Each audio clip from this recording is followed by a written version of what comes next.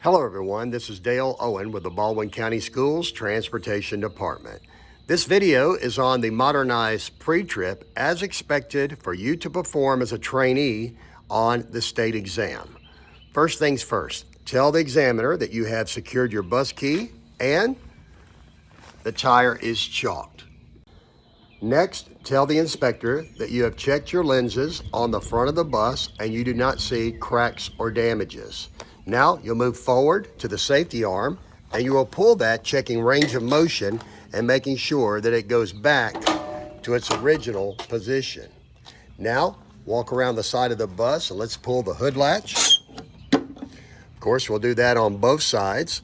But while you're coming around this side, you will pull on your mirror mount, make sure it's tight, and then also tell him that you are checking your passenger monitoring device for cracks and damages. We'll now move over to the other hood latch and then we'll raise the hood.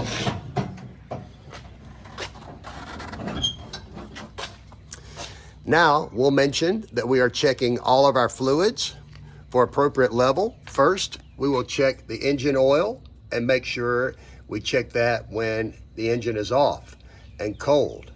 Then we'll check our coolant and also our power steering fluids for appropriate level. Then we'll move to our steering system. We'll start out with the steering linkage. We'll make sure that it is tight on both ends. Then we'll move to our steering box. We want to make sure that we're checking for leaks. Out of the steering box, we want to make sure that our mounting hardware is in place and secure. Then also we're checking for our power steering hoses to make sure we do not have leaks. Next, we'll move down to our suspension system.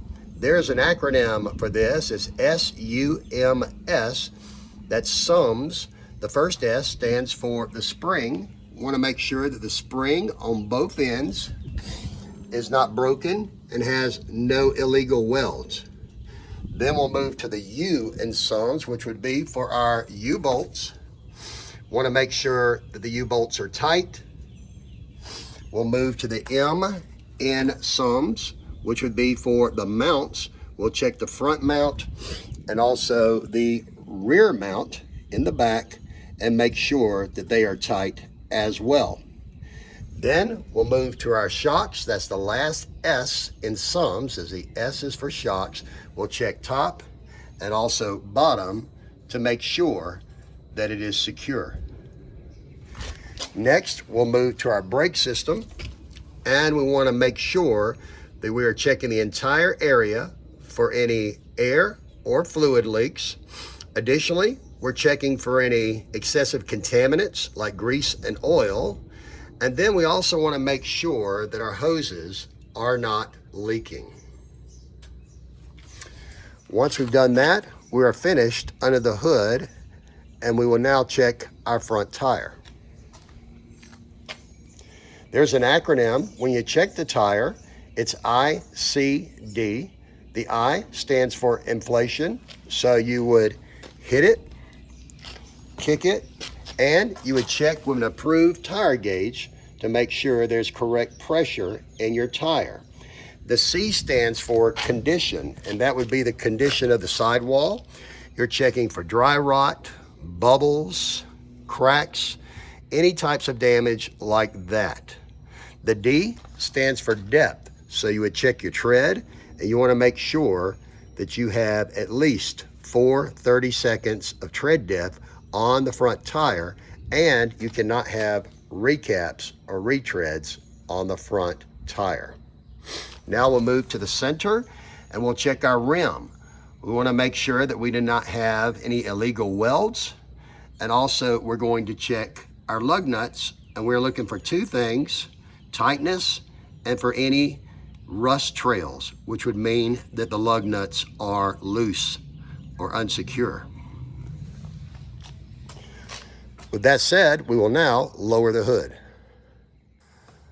Okay, with the hood secured and the hood straps connected, now we'll go to our traffic monitoring devices. Want to make sure that they're not cracked or damaged and that the mount is secure. we'll go to the fuse panel and open that up, and we're checking for any burned areas.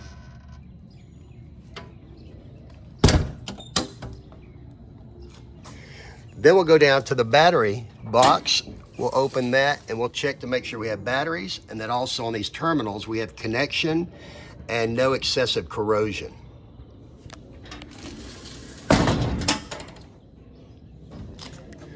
Next, we'll check our stop arm. We want to check the lenses on the front and also on the rear and make sure that we do not have cracks or damages. We also want to make sure that it retracts appropriately. Then we'll check the side of our bus. We're going to be checking our lenses to make sure they're not cracked or damaged. And also we're checking the reflector tape around the emergency exits and also down the side of the bus. Then we'll take a look underneath and we're going to check our frame and make sure that we do not see any illegal welds and that it is secure. At the rear of the bus, we're checking our lenses to make sure that we do not see any cracks or damages. Also the reflector tape, making sure it is in place. Then we walk around the bus and we go to the fuel area. We'll open our door and make sure that our cap is tight. And then we will check underneath the bus and make sure that our fuel cage is secure and that we do not see any leaks. Our next stop will be at the DEF area. Typically, we keep it locked, but if it were open, we would check inside, make sure the cap is tight. We're also going to check the cage underneath and make sure there are no leaks and that the cage is secure. Next, we'll check our entry door. Want to make sure that the door itself seals and also make sure that there is no cracks in the glass and that it has full range of motion. Once we look inside, we're going to check our handrail and make sure it is tight. We're going to check our interior stairwell light, make sure there are no cracks or damages, and we'll check the stairwell itself to make sure that there are no tripping hazards. Once inside the bus, we're going to check our safety gear. We've got our body fluid cleanup kit present. Also, our first aid kit is present. Additionally, we'll check to make sure that we have a fire extinguisher, and we will make sure that the gauge is in the green and that the pin is intact. We will also mention that our spare fuses can be housed in this cabinet and that our emergency triangles are outside in our storage compartment. Next, we'll want to honk our horn. Then we'll want to put in our key and just turn it to the on position. We want to check and make sure that our ABS and DEF lights are coming on and off.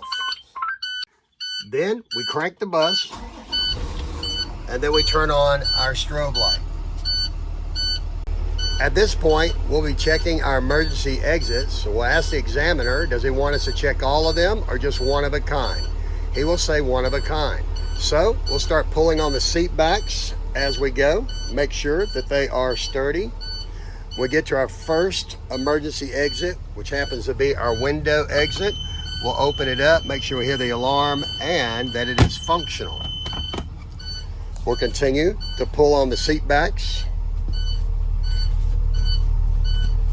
And then we'll get to our next emergency exit, and it happens to be our roof hatch. So here, we're gonna turn the handle until we hear the alarm. We'll put it back in place, and then we're gonna lift up to see if we see our strobe light. And yes, I do see the reflection from that, so it is working. Now, we'll just keep pulling on the seat backs all the way to the end, and then we'll open up our emergency door exit. We'll make sure that it sounds with an alarm and that we can lock it into place. Then we'll pull back to the left and let it come back in and then secure the handle back in place. At this point, we're going to pull on our bottoms of our seats all the way up. But for the purpose of this video, to expedite it, we'll go ahead and move forward, but make sure on the exam, as well as when you're an actual bus driver, that you check all of the bottom of those seats. Once we're back up at the front of the bus, we'll flip our door switch, which will close our door. It's time to sit behind the wheel. Make sure that your seat belt is on. And at this point, we will turn off the strobe light. We will check all our heaters and fans at this point, including our air conditioning. We'll do our midship heater. We'll also do that front AC to make sure we hear it come on. Same with the rear AC. And then we also have our driver heater defrost, and then our fan, which is right up front where we are. Now, when all of them are functional, you're turning off the ones that you do not want on anymore. And then you're going to mention that you would check your air, heat, and your temperature as needed and control the climate through those knobs. At this point, we're close to doing our air brake check. However, there are 4 groups of items that we still need to accomplish before we get there. First things first, I'm going to go with what's closest to me, and that would be the indicator lights. So, with this arm, I'm going to turn it down, which will show me my left indicator light. Then I'll go up with the arm, which gives me my right indicator light. Then once that's off, I'll reach through and I will put on the hazards, and then I'll turn them off, and then I will check my high beam by pulling the arm back like that. And it is working. Now I'll go to the traffic monitoring devices, which is going to be the convex and also the flat mirror. I've got those on both sides. I would just need to mention that I can see clearly. Then I'm going to check my windshield. We'll check across, make sure I don't have any cracks, and make sure that I can see visibly. And then back to the arm, I will push it in, which will get the windshield wipers and the washer to activate, making sure that they're in functional order. And lastly, I will check my passenger monitoring devices, the crossover mirrors, and also the student mirror. I want to make sure that I can see visibly with all 3 of those items. It's time to perform an air brake check. We'll check to make sure we're at 120 PSI on our air tanks. Additionally, make sure the door is closed. Once we do that, we'll turn off the key, on the key, and then we will push our service brake down firmly. Then we'll push in the parking brake, and we will check for 1 minute for more than a 3 PSI drop in air pressure. Once it's been a minute, we will now simulate a loss of air pressure by bleeding the brakes 60 to 65. We should hear and see warnings. And then 20 to 45 PSI, we should see our emergency brake pop out. And there it is. So, we'll crank up the bus, we'll open the door, and we'll send the examiner outside to check our exterior lights. When he steps outside, he will pull that chalk away from the tire. He would now be standing outside in front of the bus, waiting for us to go through our light progression. So first things first, let's go ahead and put the headlights on. They are now on. And then I will pull back on the arm to show him our brights. Then it's a matter of left turn signal, right turn signal. We'll reach and put on our hazards. Once we have done that, hazards go off. We'll go over to our amber warning lights, and then we'll go down to our red warning lights and make them come on. You can tell they're on at this point. To get those to shut off, we just turn the switch to the left. The examiner will now move to the back of the bus, and once he is ready, we'll repeat those light progressions again, with the exception, of course, the headlights. So we'll start with the left turn signal, right turn signal. We have our hazards again with the ambers, then with the reds, back off with the reds, And then because he's in the rear of the bus, we'll push on the brake. And then at that point, when he says it looks good, we will go ahead and put the gear selector in reverse. That's showing him our backup lights.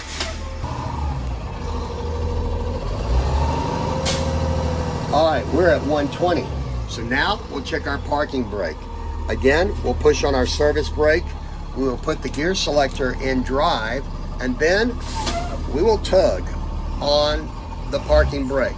We're just basically giving it fuel to see if it will move forward, and it does not, which means we have a successful parking brake. Foot's back on that service brake, push in that parking brake and put the gear selector in drive, and then move forward twice. Once slowly, and then just a soft stop to see if we have a service brake that works, and we do. Then it's one more with a stab, meaning we were harder on the service brake there, more firmer of a stop. We were checking for any tug or pull left or right on the steering wheel, and we felt none. So a successful air brake check. That means we're going to pull the parking brake, put it back in neutral, put off the service brake, and that concludes our air brake check and also our pre-trip.